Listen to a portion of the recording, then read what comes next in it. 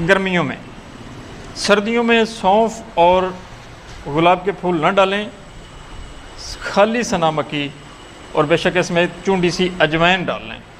सर्दियों में अजवाइन मैच कर लें, इसके साथ मिक्स कर लें, और गर्मियों में गुलाब के फूल और सौंफ डाल लें। इसका कहवा का मैंने तरीका आपको बता दिया है। उसमें चीनी डालें, गुड़ डालें, शहद डालें, इसको मीठा करके पिएँ।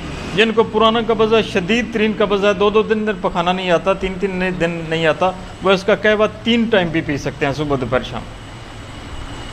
और जिन्होंने सिर्फ अपने अंदर को साफ़ करने के लिए मलयन के तौर पे इस्तेमाल करना, उनको 1 कप ही काफ़ी है।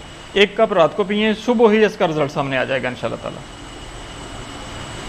ठीक है जी, तो बुक से पढ़ के मैंने आपको सुना दिया।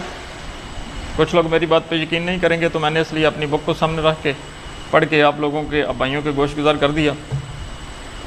तो अल्लाह रब्बुल इज़्ज़त से दुआ है